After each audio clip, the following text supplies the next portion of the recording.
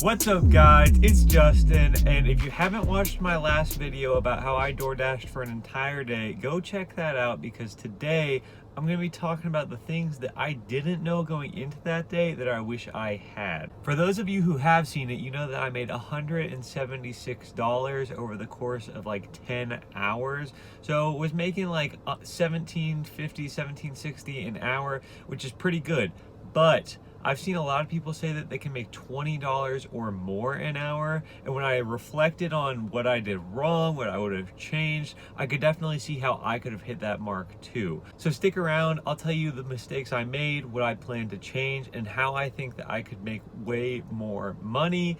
And if you're planning on door dashing as well, you could use all of these tips before you even start and avoid making the mistakes that I made. And if you haven't already subscribed to the channel, liked this video, left a comment telling me how awesome I am, well, what are you doing? I need you to be doing that kind of stuff. So subscribe to the channel, like this video, leave a comment, share it with a friend, do all of that. It helps me out a ton. Thank you so much for that, and let's get into it. Okay, so the number one thing that I wish I had known going into this is that you do not have to accept every order. When I got my first order, it sent a text saying, hey, go to Sonic, and then it pops up on your screen saying, here's an order for $3, it's 7 miles, go to Sonic. Well, in my mind, I thought that was DoorDash telling me, hey, here's your first order, you have to go do this. But really, every time you get sent an order, it's just an option for you to take. It's DoorDash saying, hey, here's this job, do you want it? If you realize that it's not just you getting told, hey, you have to go do this, well, then you get a lot of freedom to say, okay, this is what I want to do, this is what I don't want to do. So I was accepting orders that took me 20 or 30 minutes just to make $3. And that's just never gonna cut it. If you wanna make $20 an hour or more on the app, you can't be running 8-mile orders for $3. Instead, what I came to learn after I did this video is that you should really deny anything that's gonna make you less than $1 per mile. And really, you should be targeting jobs that are gonna give you $2 per mile or more. I was watching one person who was not working in a very large town, and he denied like 60 or 70% of the orders that he got, and only accepted ones that made him $2 to $2.50 a mile. So that would look like making more like $14 or $15 for that 7-mile order compared to making $3. And kind of going along with that pay scale, the second thing that I learned is do not expect to make a cash tip when you get there. That is so unlikely. People say that they've dashed for years and only made a handful of cash tips. If you watch the video, I actually did make one. But in my head, I thought, okay, this is a $3 order. Maybe they didn't add the tip and they'll add it when I get there. But that is almost never the case. So how the pay breaks down is you're gonna make a base pay that's paid by DoorDash, and you're also gonna make a tip. Well, if you see an order for $2 or $3 or a lot of times even $4, that's probably just base pay, and it's likely that they pulled down the tip to 0. So whenever you see an order for 6 miles for $3, that's a immediate red flag that they did not tip. So in my head, I thought, okay, $3, they pulled off the tip, they must want to give you cash. No, the people that are pulling off the tip on their DoorDash orders are the people that just aren't going to give a tip. So if you see an order that comes through, it's $3, it's 8 miles of driving, do not accept that order because it is likely that you are only going to make $3 and it could take you up to a half hour to fulfill that order, which absolutely tanks your rate. So do not expect cash tips. They are almost never going to happen. Another thing that I wish I had known, and this is not that important, but do not do this while you are hungry. Seriously, think about it for a second. You are driving around other people's food all day. Now, I'm a pretty honest person, but I'm not gonna lie. There was a serious temptation to say, you know what, DoorDashing has been fun, but I'm gonna eat this person's food because it smells phenomenal. Okay, first of all, don't do that. That would be illegal, so we don't wanna do illegal things. But second of all, just eat before you go. Do not do this while you are hungry, because you are going to smell people's food all day long,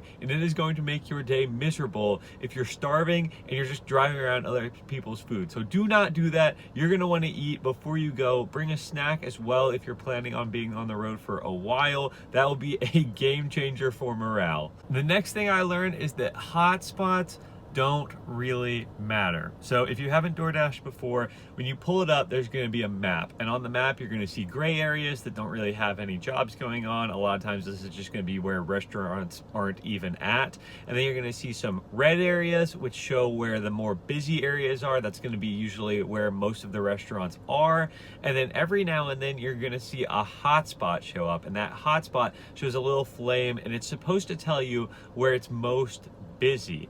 I spent a lot of time, I would deliver an order and then I would drive to one of these hotspots, but all in all, I really don't think that mattered all that much. I went on and looked after, and I read some reviews. Some people even theorize that a hotspot is just where drivers aren't currently at, and the app is trying to get drivers there to fulfill possible orders that may come in. So you may get to a hotspot and there be no work.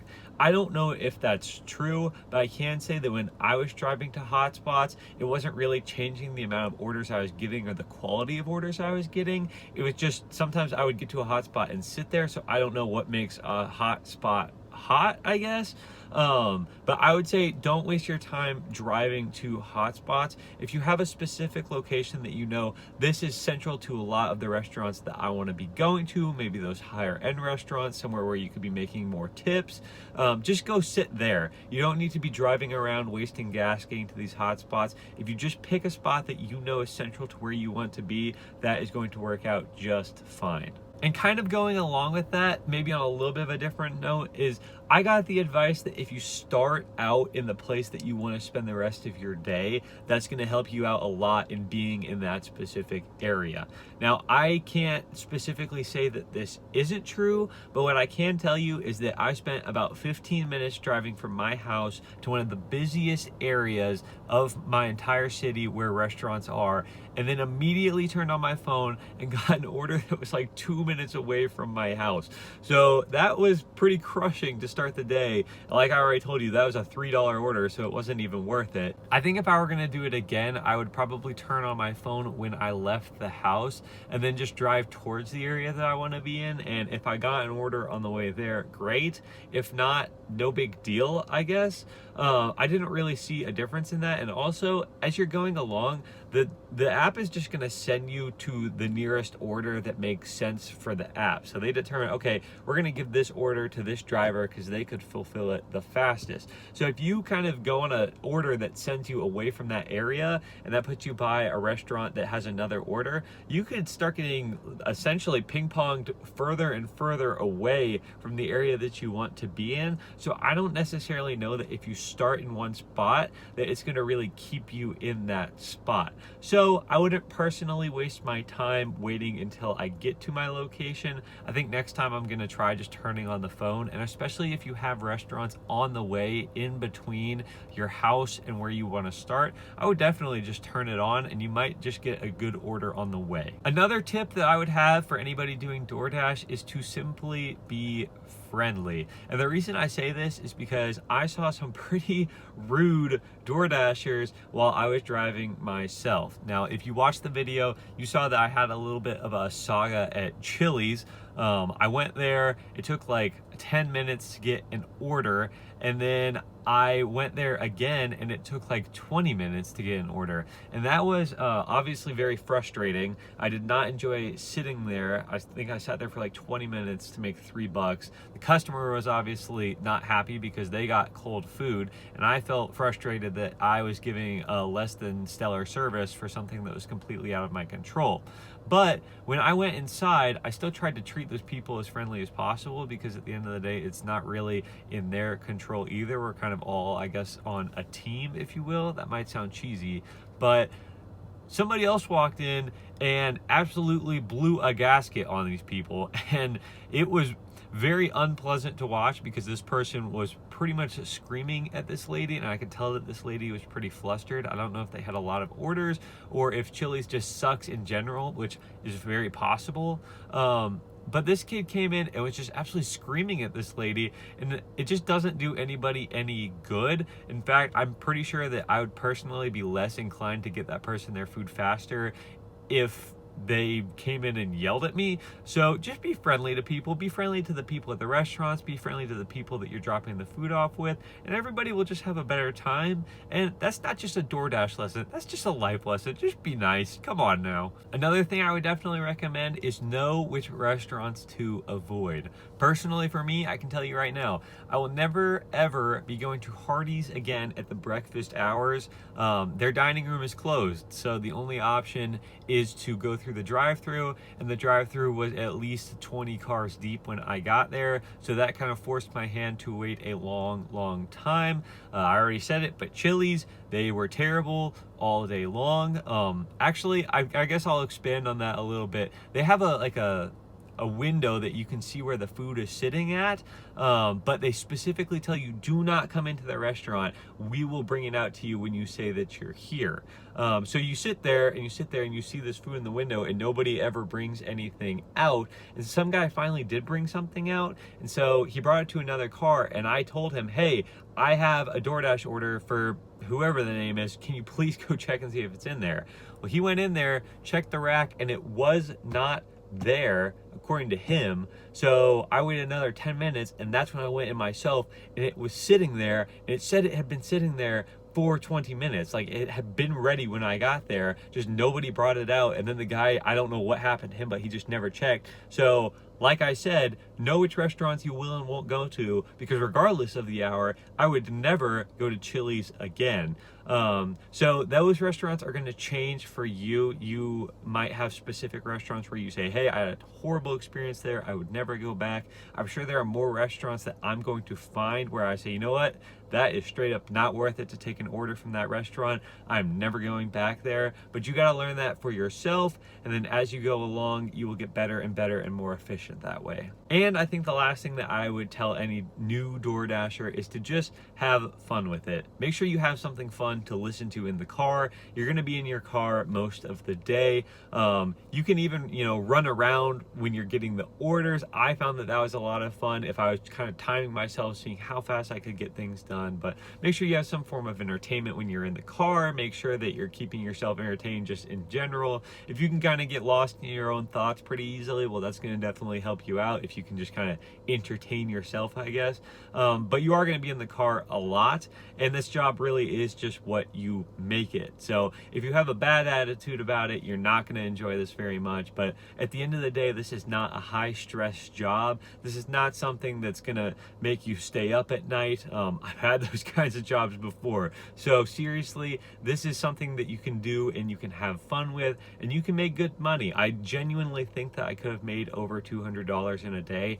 And the fact that you can take a job that only requires just having some sort of vehicle, you don't really have to interact with too many people other than just picking up food and dropping it off. You don't really have to have any skills other than not killing people while you're driving. So seriously, this is a great gig if you just want something to do for fun. But make it fun for yourself and you'll have an awesome time. So those are the things that I've learned along the way. I hope that you take those, learn from those, do not make the same mistakes I did. I learned from those mistakes, and you have the opportunity to not even have to make them. So thank you so much for watching this video. I hope that you'll consider doing DoorDash, or I'm going to try Uber Eats here in the near future. I want to see what that's about, but I think this is great and I would highly recommend it. So with that said, thank you so much for watching this video. I think I'm going to transition to doing more side hustle content here. You guys really seem to like the more just talking at you and bringing you along on these journeys as opposed to sitting at a desk. So that's what I'm going to try to target some more here in the future. If you do like that, please subscribe to the channel, like this video, and comment letting me know that this is the kind of stuff that you want to see going forward. And with all that said, have an amazing rest of your day, and I'll see you soon.